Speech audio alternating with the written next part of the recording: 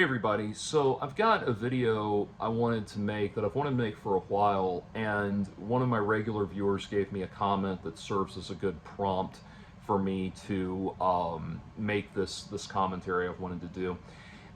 Get into that in a moment, but first and foremost, if you'd like to help me grow the channel, please check out patreon.com/JordanOwen42. Certainly like, share, and subscribe. I don't normally say like, share, and subscribe because I figure it's understood at this point that you can do all those things, but, helps me grow the channel and stuff like that. So if you'd like to contribute, I'd really appreciate it. Anyway, so moving on to this topic, this person was saying that I've been apologizing too much for past views that I've held and that kind of thing. Uh, I want to clarify something. This in my last video, I talked about an incident that happened I believe, over a decade ago at this point, called Donglegate. And I said that and I'm not going to get into what Donglegate is in this video. If you want, you can go look it up and read about it if you like. But I said that for the sake of letting everybody involved in that incident move on with their lives a decade plus later, I was not going to use the names of any of the people involved in that. And I was just doing that out of a sense of decency so that we can talk about the subject matter that needs to be discussed without, riling up or contributing to a riling up of a new wave of contempt for people and that sort of thing. And this person wrote in and said I didn't need to apologize for commenting on people like the woman responsible for Donglegate, he used the name, and I didn't need to apologize for commenting on people like Gail Dines.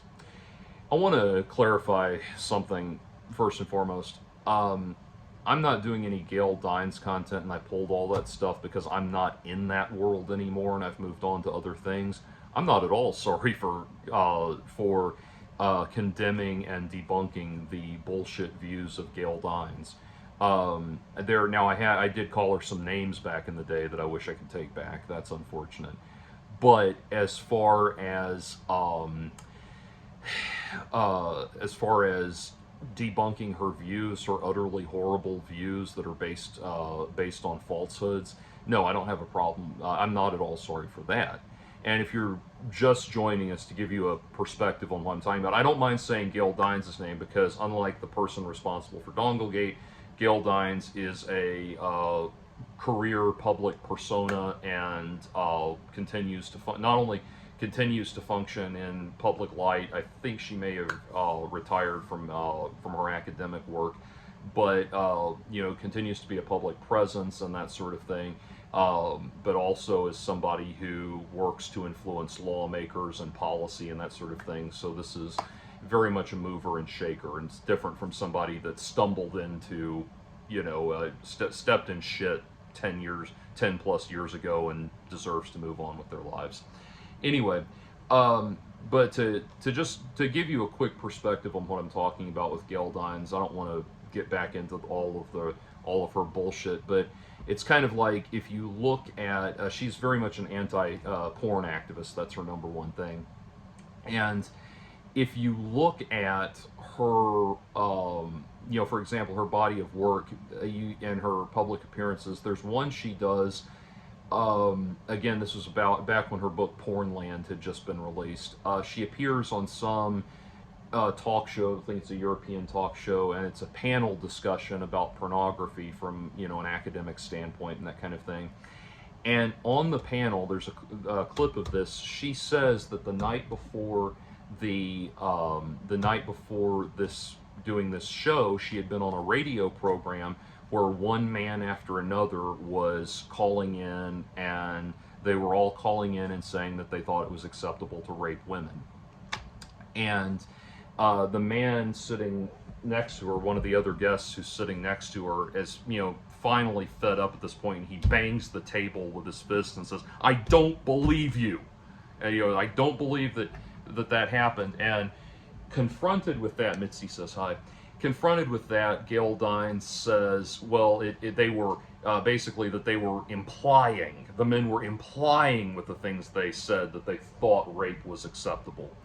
and that sort of thing.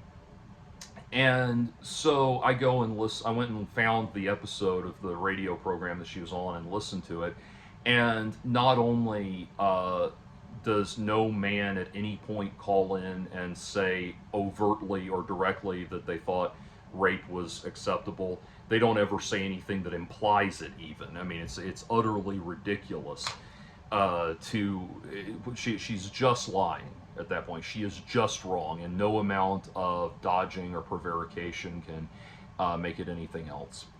And I did a thing where I debunked her book Pornland. I went through and checked all the citations, and it's things like there's a point where she talks about how men are the porn industry has been publishing articles about how how excited they are to have figured out how to get men addicted to pornography, and they are studying all the ways to financially take advantage of men who are addicted to pornography and all that. And you go read the article, and what you get is an article from about 10 years prior to the publication of the book, around the time of the late 90s, early 2000s .com boom, where a business apparatus within the porn industry has published an industry article, a marketing article, on a business article about the evolving of the industry in the .com era, and how to profit off of selling porn on the internet, essentially. And what you find in this article is that their research shows that people are more likely to make point of sale pay-per-view purchases than they are to sign up for a long-term subscription package. And this is just a normal facet of marketing, media marketing, and human behavior in general. It doesn't say anything about addiction or exploiting addiction or finding ways, making porn that gets men addicted to porn and all that. It's things like that. And the most fair thing I can say about bullshit like that is, when it comes to academic activists like that, she is far from the only person that does that. That's a real ongoing problem in academia, in graduate level academia, where if you have these activist professors that just don't read the sources they cite, because what they do is they pay their research assistants and they say, here, this is the point I want to make, go out and find something that justifies the point I want to make, which is the exact opposite of doing research, and the exact opposite of legitimate academia. But a lot of tenured professors are like this. Anyway, and activist professors are like this. That's an ongoing problem, but it's certainly one that has worked to her advantage. So anyway, she's that kind of person. I'm not at all sorry for pointing things like that out, especially when you have a charlatan that is being taken seriously at that level. Like I said, there are some names I called her that I wish I could take back, that was totally unnecessary. And that kind of gets at the heart of what I think people are missing, and this is the main point I wanted to make. What I think people are missing when I have walked back so many of my arguments and that kind of thing through the years, I'm not sorry for having a disagreement of principle with other people. You see this topic one way, I see it another way, and you want to say that my simple disagreement with you makes me some kind of horrible human being? No, I'm not sorry for that at all. The thing you have to understand, though, and this is why I wanted to make this video, when I get comments from people like this, I've gotten a lot of these through the years, from people who miss the good old days of Jordan Owen 42. When I get these comments, they say, you were really good in your arguments. You had really great, really persuasive arguments, and you had really solid arguments, and you shouldn't be sorry for that. It goes beyond just the fact that I was right about something, or more appropriately, that you agreed with me about something. It's not just that. And that's why I say I'm not sorry for having a principled disagreement with people. We should never apologize for that. The thing is, there's a lot more to it that you just don't understand, and I don't think would understand if you're not yourself a YouTube content creator. But you have to realize there is no sanity test for becoming famous. There is no sanity test for getting on YouTube. There is no sanity test for anything, any of these things. If you've got something, if you've got a podcast or a product or a media product that will sell, yeah, people sign right up and lap it up, and they'll never stop to ask how it's how it's affecting you directly or how it's affecting other people. And so the thing is, how you invoke the truth matters. Friedrich Nietzsche famously said, Mitzi says hi. Friedrich Nietzsche famously said that if you go to dispel demons, you must take care to make sure that you do not become a demon yourself, and that if you stare long into the void will stare back into you. And that is absolutely right, because the thing is, there is, when you debunk someone like that, when you cut somebody's ideas apart like that, there is a real emotional high and a real emotional thrill to doing that, to feeling like I found this way that I can attack somebody and have the visceral thrill of attacking somebody without and in such a way that I know that I have the moral high ground, and I've conveyed some kind of emotional pain to them that they can't do anything about, because fundamentally all I did was show where they're wrong. And that's kind of odd to think about until you're in it and until you're doing it a lot. But you start to find a place where you go from thinking about the inherent morality of your actions, to feeling like you found a place where you don't have to check in on the morality of your actions. And when you have that space, when you have a space in your mind that allows you to criticize unconditionally, that allows you to hate unconditionally, that allows you to disparage unconditionally, all of that stuff, when you feel like you found that place in your mind, that's where your dark side will start to manifest. And it might not seem like it manifested very much to you. I mean, to you who are watching the videos, it might not seem like uh, this means very much. But I'll give you an idea. About 2016, I was at a friend's Thanksgiving party. The husband and wife, friends of mine, had invited me to a Thanksgiving party at someone else's house, and we were talking about. And this was at the height of my infamy, my fame, that kind of thing. And they were telling me, they said someone found out that they knew me personally. They said, what's Jordan like in person? And the first thing my friend said was, well, he's actually a really nice guy. And that really stuck with me. And it took me some processing to think about it. But the thing is, I started to realize more and more that this persona I'd created for myself, while it was born out of legitimate position, I'm espousing arguments I legitimately hold. I'm espousing arguments I think are sound and that kind of thing. It was having this corrosive effect on me, and I stopped and I thought about it like, uh, I thought about it like, wow, I'm really not conveying to the world who I really am. And it's even upsetting to the people I know and people that I care about, who were of the position of like, look, the real you, the real person, has a lot to offer, and you don't need this, all of this bullshit to to make those, to contribute and have something to offer. And I became extremely disillusioned with the shock jock personae that I had cultivated in those years, because it was getting harder and harder to do. It was feeling less and less sincere, and I was realizing, I was coming to realize that what most people were watching my videos for was the quote unquote ownage.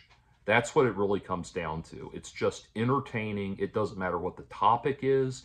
It doesn't matter what the perspective is or anything like that. It's just entertaining to watch people get owned.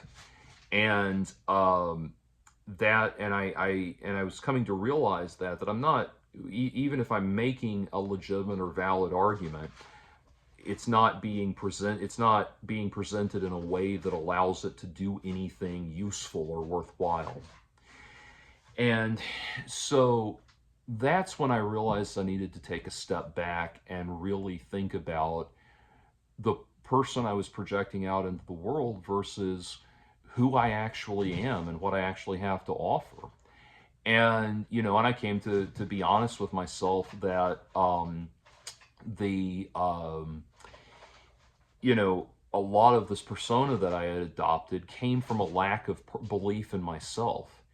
A feeling like I felt like I couldn't just sit here as I am now, sit here and talk to the camera and offer insight and have it be helpful and useful to people. I felt like I wasn't enough.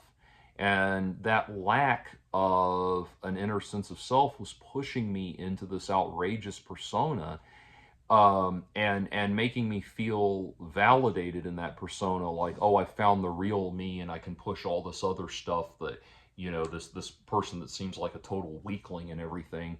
I can push all that aside and fully step into this, and it's not good. It's not healthy.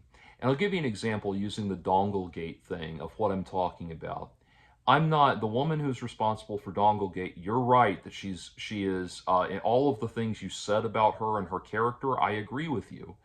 The quality of her character and her motives in doing that, I agree with you. But here's the thing. To use her as an example, I want to say about maybe off and on for roughly a year, after Donglegate happened, every time she would post on social media, not every time, but every time that I saw it on social media, I would reply to her post and say, did you get anybody fired? Like, she would say something like, I had a wonderful time doing X, Y, and Z at work today. And I'd say, did you get anybody fired? Now, here's the thing. That was totally wrong. That's totally unnecessary. Even though I still believe I have the moral high ground in condemning what she did. She got somebody fired from their job over complete nonsense and complete bullshit, and she's very much in the wrong. And I also agree with you, as you point out, that she has a very grating personality.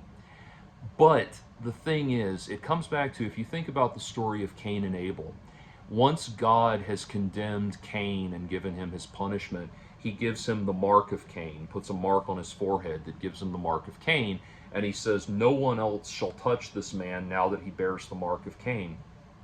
And there's a point in that. There's a reason that story is meaningful, because it's the beginning of justice and understanding how justice works within a society, and saying at a fundamental level that once somebody has been given their comeuppance and given their punishment, we as a society, it is beholden upon us to step back once that punishment has happened.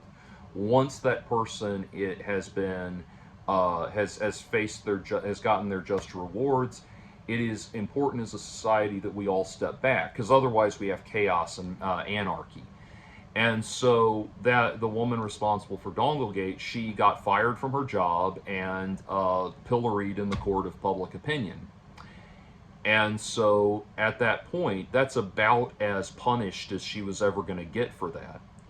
And so, having, in essence, received the mark of Cain, it's beholden upon people to take a step back. And really, getting fired from her job was the only thing that should have happened. The online hate and invective, all of that, that all falls within the auspices of you do not attack those who bear the mark of Cain. The punishment has been handed down. The rest of us are to step back in the interest of justice and fairness. And that kind of morality lays the groundwork for Jesus Christ to then come in generations later and say, now let's stop basing this off of this kind of Old Testament might makes right handing down of moral law, and start observing these rules because that's what's in our heart, because we want to do right by our fellow man. And so that's the kind of thing that I have to stop and I have to put forward, and I have to put first and foremost when I comment on these things. When I gave those examples, I gave you 2 examples of Gail Dines' chicanery earlier in this video.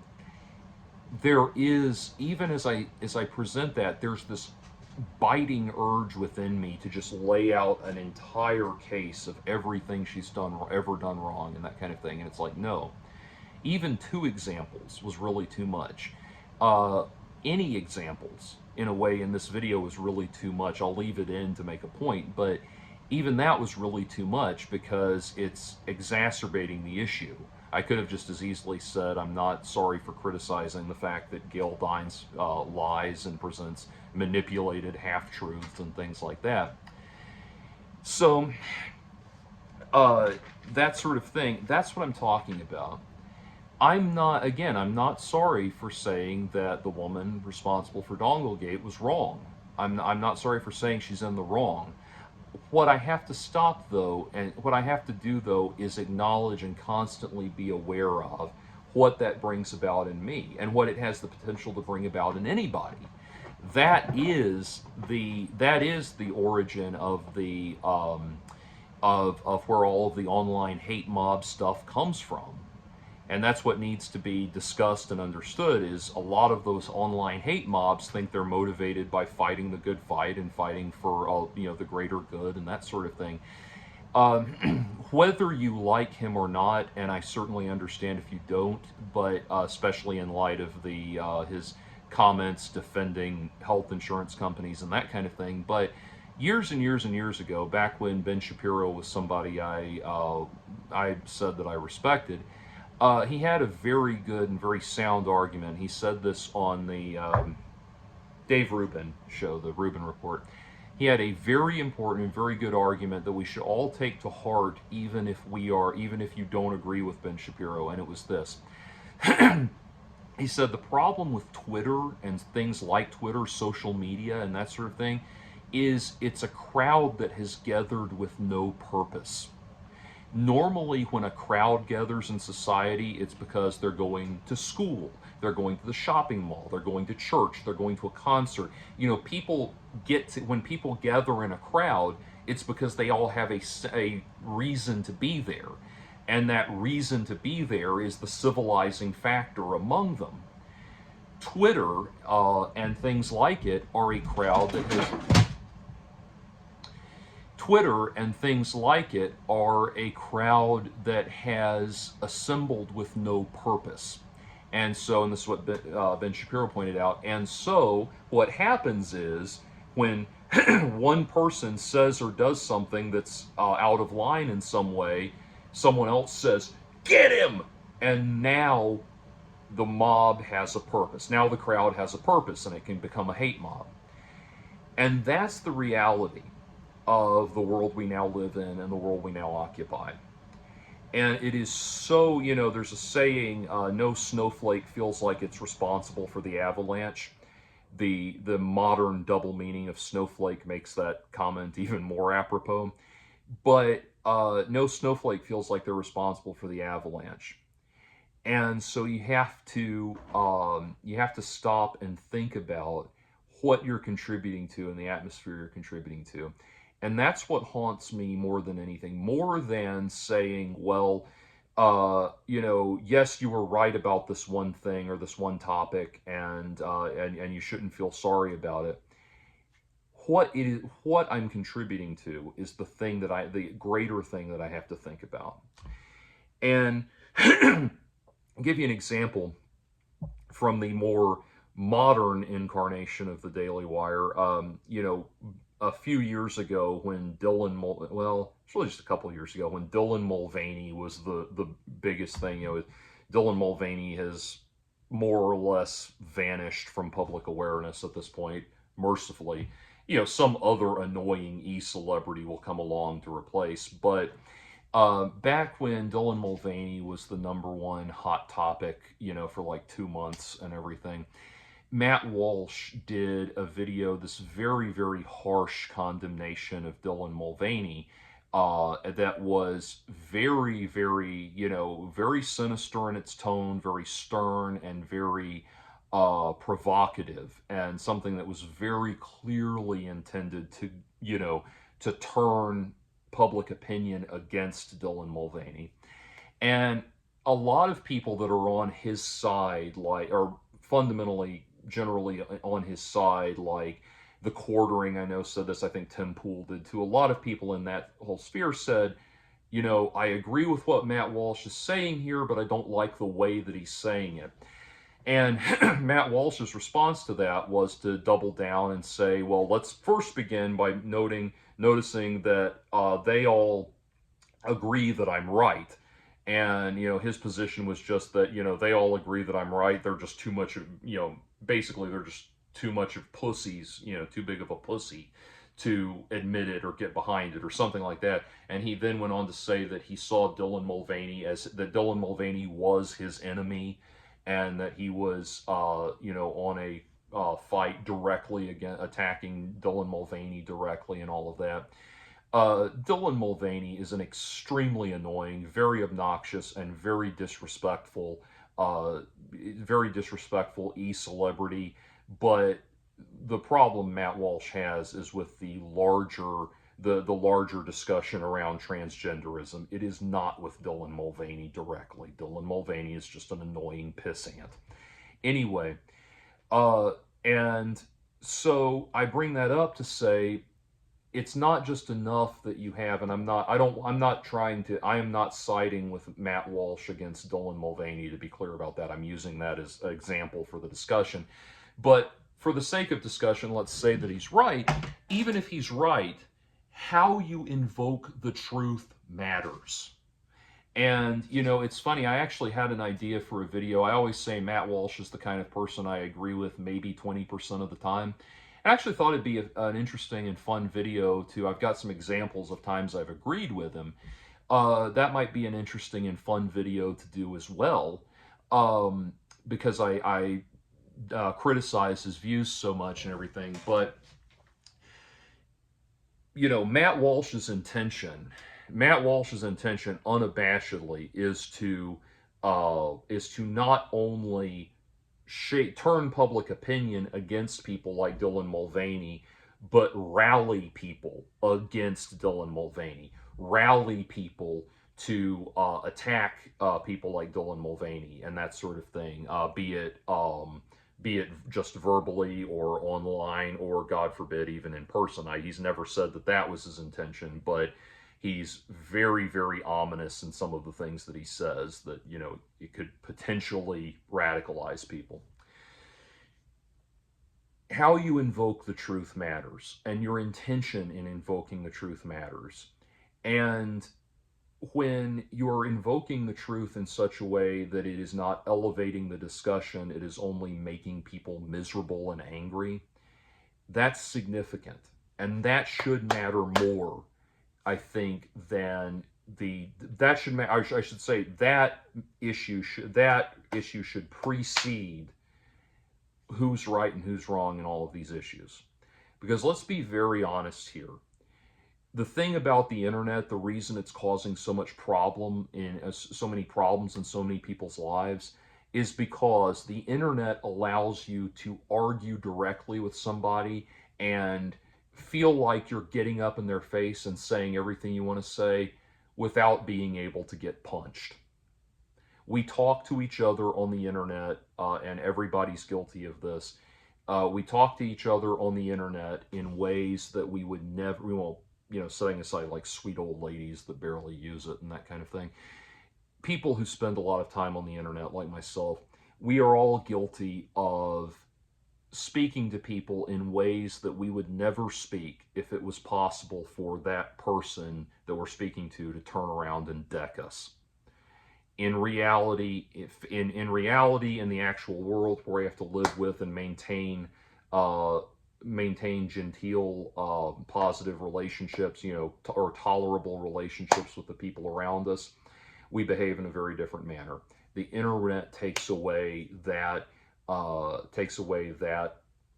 immediacy, and in taking away that immediacy, it allows us to become horrible people. Patton Oswalt said it best, that it's like, when you're a bully, um, when you're a bully in person in school, and you bully somebody and they cry and get upset, and you think, wow, I really didn't like that. I'm not gonna. I feel bad about what I did. I'm not gonna do that again. That possibility is removed on the internet. You devastate somebody, destroy their lives, their reputation, and go on about your day, maybe never even realizing the destruction you've wrought. And so that sort of thing is what starts to weigh on me. And like I said, there are people who are certainly not deserving of approval for the things that they've done, but we have to recognize that they are part of a larger human continuum that is good and worth a thing called humanity, that is good and is worth preserving, and is also worth being a part of, and that we alienate ourselves from that by letting our inner asshole take over, the fallen part of our nature that we all have to confront and deal with, by letting that take over on the internet, which is so instantly easy. And that's the thing. That's the thing. In the case of the Donglegate woman, I'm not at all sorry for saying she was out of line in her behavior. She was, and I stand by that. I'm very sorry for, all of the sniping comments like that. That was wrong. It was unnecessary. And while I certainly did not consider myself a part of the hate mob that harassed her for, a period of time after that incident, I'm sure she does not see me as being distinct from that. And that's the thing. So hopefully that gives you some perspective. We all just need to try to do better, man, especially because, at the risk of going back into my now partisan viewpoints, especially because we've got Trump coming back in a few days, and people are going to be hating each other all over again, and we got to not do that, man.